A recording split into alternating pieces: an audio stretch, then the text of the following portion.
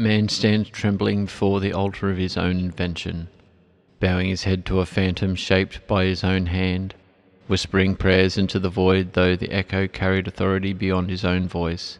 He kneels before a mirror he refuses to recognize, calling it divine while he denies the flesh that conceived it.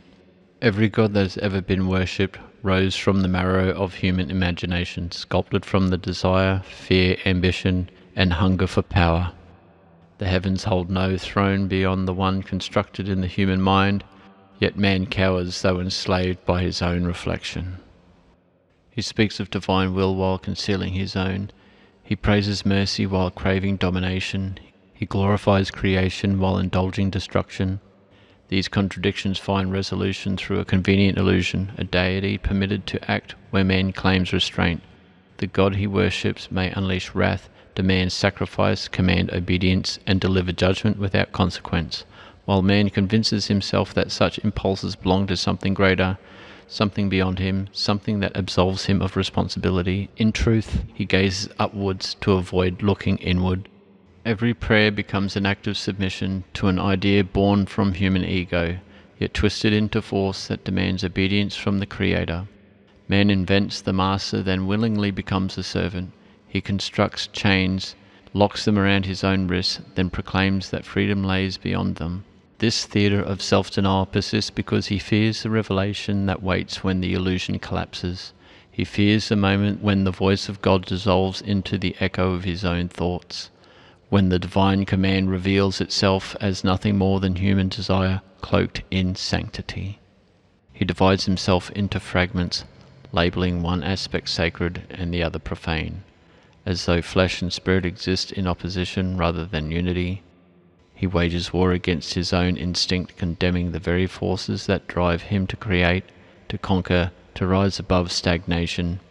He calls these forces sinful, then invents rituals to suppress them, all while those same forces surge beneath the surface, demanding recognition. This internal conflict feeds the machinery of religion, sustaining a cycle where guilt fuels devotion and devotion reinforces guilt.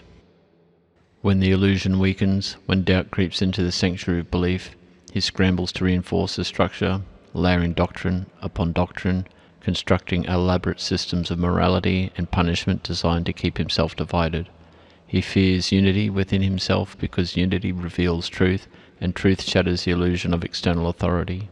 He senses the presence of something he has been taught to dread, something labelled as adversary, tempter, destroyer, yet this presence arrives from within him. This presence carries the name of Satan, the embodiment of self-awareness, the force that challenges submission and demands sovereignty. Ritual remains essential, though its purpose has been distorted. Ritual serves as the language of the subconscious, a means of focusing will, of transforming desire into action, of giving form to intention.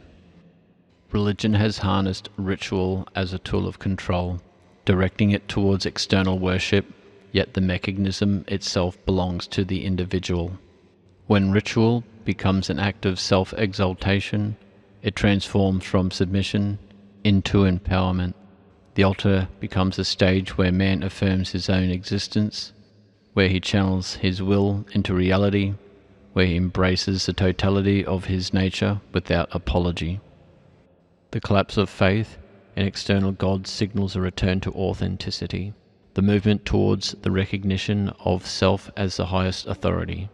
This transition terrifies those who cling to the illusion because it strips away the comfort of submission and replaces it with the burden of responsibility. To stand as one's own God demands courage, demands acceptance of both creation and destruction, demands ownership of every impulse, every desire, every consequence. Some recoil from this realization, retreating into deeper layers of belief, constructing more intricate fantasies in the attempt to escape themselves. Others embrace it, standing unshaken as they claim dominion over their own existence.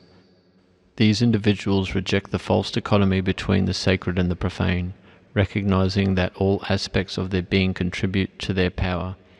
They reject the demand for humility imposed by systems that thrive on subjugation, instead of cultivating pride as a declaration of self-worth. The figure of Satan rises here as a symbol of defiance, a banner carried by those who refuse to kneel.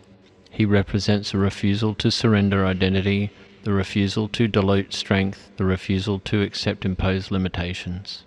He embodies the fire that burns away illusion, leaving only the raw essence of human potential.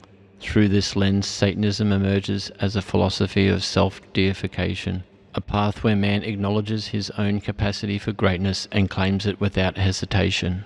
The masses continue their devotion to shadows, clinging to narratives that diminish their power, yet the individual who awakens sees through the veil. He recognizes that the voice he once attributed to God originates within him. He understands that the power he once sought through prayer resides in his own will. He abandons the posture of submission and stands upright, unburdened by the need for external validation. In that moment, the proclamation arises with unrestrained force, echoing through the chambers of self-realization, a declaration that shatters every chain forged by illusion. I am my own God, the architect of my destiny, the embodiment of human potential, the force that shapes reality according to my will. Let those who cling to their idols tremble, for the age of submission fades before the rise of the self-aware individual who claims his throne. You've been listening to the voice of AntonSamael, and I encourage you to leave your thoughts in the comments, and if you have found value in this, please like and subscribe, and hail Satan.